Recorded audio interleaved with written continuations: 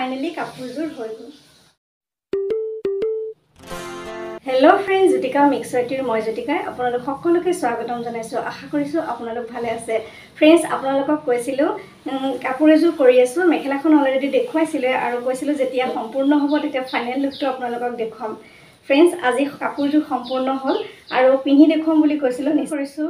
আৰু কেনেকুৱা লাগে পিন্ধিলে আপোনালোকক নিশ্চয় দেখুৱাম। ষ্টে নকৰি আহকচোন ভিডিঅ'টোৰ মাজলৈ যাওঁ।